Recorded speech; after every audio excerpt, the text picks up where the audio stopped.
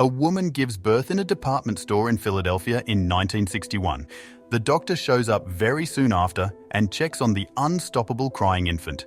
He is shocked to learn that the unborn child has broken both arms and legs. Many years later, following a job interview in New York, David rides the train back to Philadelphia. He removes his ring and stuffs it in his pocket as soon as he notices a woman is going to sit next to him. He shares that he dislikes football and that he is terrified of the ocean during their conversation about sports. He tries to flirt with her as well, but she ignores him and takes a seat elsewhere.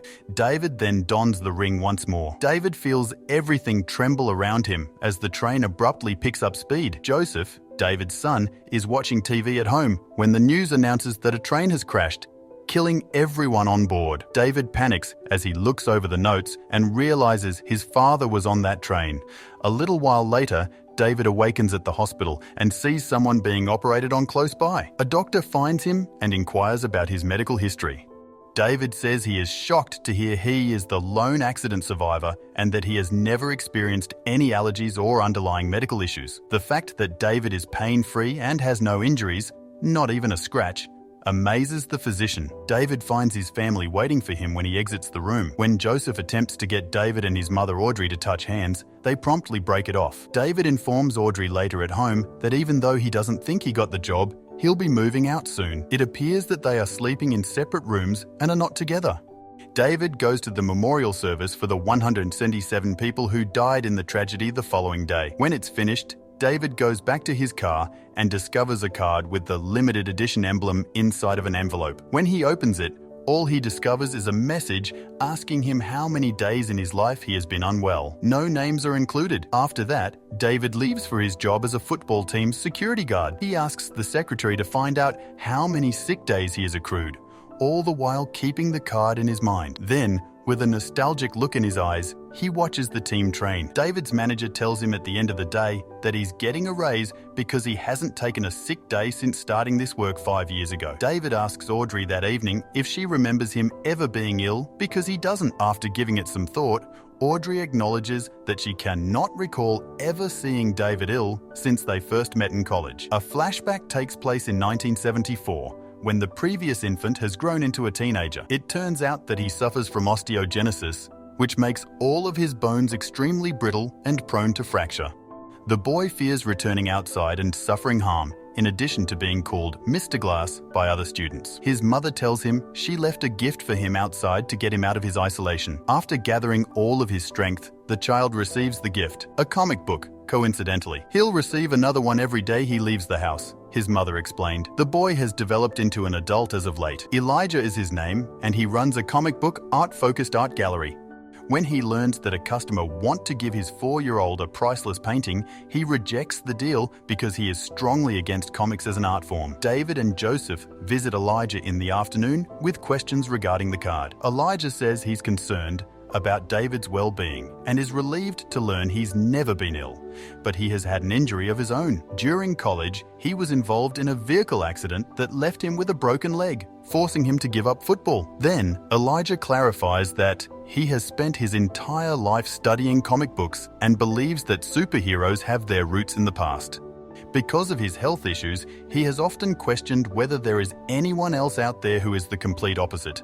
That is, someone who is unbreakable. He believed Elijah might be the one after learning that he was the only survivor of the train catastrophe. While David believes this to be some kind of bizarre hoax and departs with his kid, Joseph is thrilled by the prospect of his father being a superhero. David gets the idea to go through his wardrobe after reading about the accident in the newspaper that evening.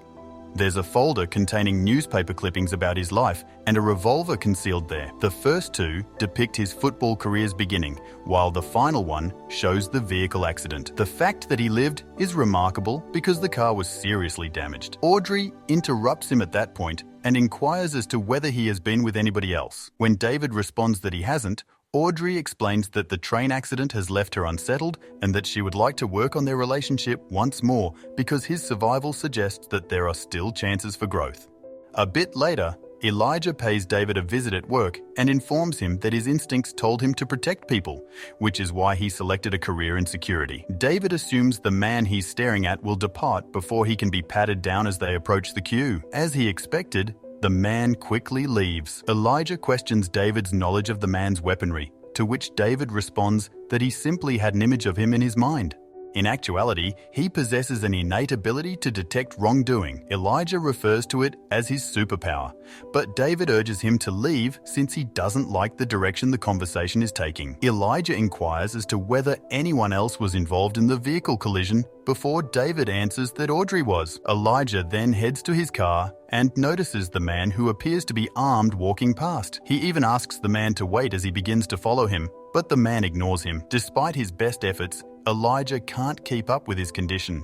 He moves too slowly. Elijah pushes his body too far and falls, fracturing many bones as the man leaves the tube station. He watches as the man's shirt moves to reveal the gun hidden underneath, just as David had predicted, as his cane breaks and he struggles to cope with the excruciating pain. David returns home after the game and witnesses Joseph playing football, reminding him that Audrey detests the sport due to the injuries it produces. David then makes the decision to begin lifting weights as a small experiment. It's only 250 at initially, the most he's ever lifted. With every attempt, Joseph increases the amount until they are utilizing all of their available weight. Inquiring further, they also include several paint cans, and David manages to raise 350 without exerting much effort. Elijah is informed in the hospital that although he has several fractures, the 14 in his leg are the worst, and he will require physical therapy to treat them.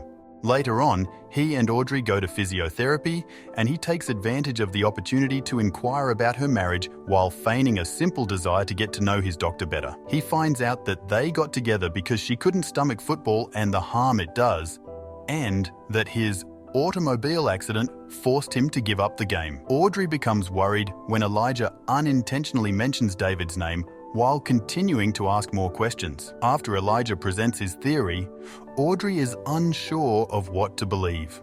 David chooses to stand in the middle of the crowd during a different match, and anytime someone crashes into him, he experiences a vision. He initially merely hears a child yelling, but then he notices a man ominously taking something out of the trash. Fearing anything, David asks the man to leave the queue and examines him, but he has nothing in his pockets. David concludes that his belief in his authority was misguided. David is called to the school at that same moment because Joseph got injured. The instructor reveals that Joseph got into a fight and asks David whether he recalls her from his time as a student. She relates the tale of how little David slipped into the pool and spent 5 minutes on the bottom. He was dead when they dragged him out, but the paramedics brought him back to life. Because of him, they ultimately modified the pool's behavior guidelines, and the children now tell this incident as an urban legend.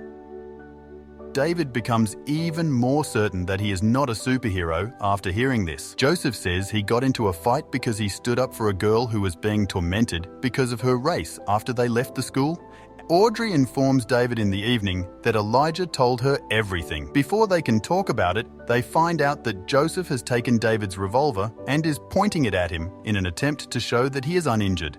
After a few moments of hesitation, David persuades the child to put it down. When David goes to see Elijah the following day, he instantly confirms that the man from the stadium was armed. Elijah also believes that David cooked up a fiction to quit football in order to convince Audrey to date him, and that David was not injured in the automobile accident. David informs Elijah that he almost drowned as a child, and it should be enough reason to put an end to their relationship. He also says that he doesn't want Elijah to bother him or his family anymore. Later, Elijah is in a non-responsive state at the comic book store. In an attempt to force Elijah to get out of his wheelchair so the cashier can close the store, Elijah keeps turning the wheel to cause him trouble. When he locates the comic he needs, Elijah finally speaks after several attempts. In the meantime, as they try to get back together over drinks, David is forced to acknowledge that he has distanced himself from his family because he doesn't feel right. The babysitter informs them that she received a call from New York stating that David had been hired when they return. She is reassured by the family, nevertheless, that they will remain. Elijah has left a note on the machine stating that water is David's kryptonite and that all heroes have a weakness. David sneaks out in the middle of the night to locate the train from the accident because he is desperate for answers. Upon seeing the wrecked car, he realizes that no regular person could have survived it. This brings up memories of the car crash, and it turns out Audrey was trapped inside the flaming car while he managed to escape unharmed. To save Audrey, David tore off the automobile door with his superhuman power. David soon realized that something was strange about his not being wounded when rescue arrived. Overwhelmed by the recollection, David phones Elijah and confesses that he has never been hurt before, asking for advice. He is told to go where the people are by Elijah. Shortly after, David enters a busy location and extends his arms to begin investigating people's intentional offenses. He witnesses a man abusing a drunken girl who is unconscious, a lady diverting a cashier so she can steal jewelry. He finds out the caretaker killed a man in order to gain control of his house when he runs into him. After he finishes his shift, David follows the caretaker to the house and observes that he comes in the rear door. David enters by the same method and finds the place to be chaotic, in addition to the owner's body still being on the steps. After that, he searches the rooms and discovers 2 children bound in a wardrobe. David releases them right away and requests that they keep quiet. David walks through the open balcony door, believing the man may have made his getaway. David is pushed off the balcony and lands on a damp area by the caretaker, who suddenly emerges behind him. As David looks around, he sees that he is standing on a pool cover that is gradually going under his weight. David is stuck in the cloth, unable to breathe and fighting for his life. Luckily, a stick emerges out of nowhere in the water and he grabs it to get help. After that, David goes back to the main room and chokes the caretaker by grabbing him from behind. David is pushed into the wall by the man in retaliation, which breaks the surface. David is still victorious and ultimately succeeds in killing the man. The mother is then set free, but sadly, she has already passed away. That evening, Audrey's sense of unease finally vanishes when David brings her from her room so they can share the same bed.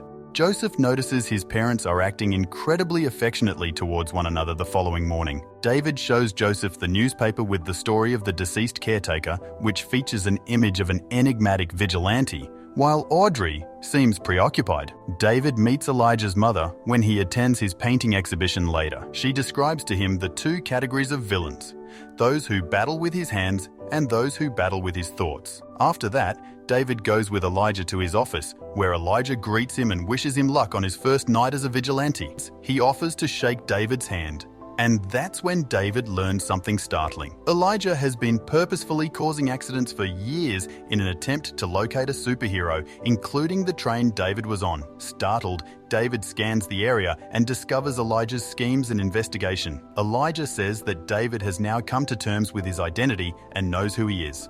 Elijah confesses to being David's hero's antagonist. They are complete opposites, yet occasionally they become friends, just as in the legends. David immediately calls the police, and Elijah is sent to an institution for the criminally insane. Subscribe for more videos. Thanks for watching.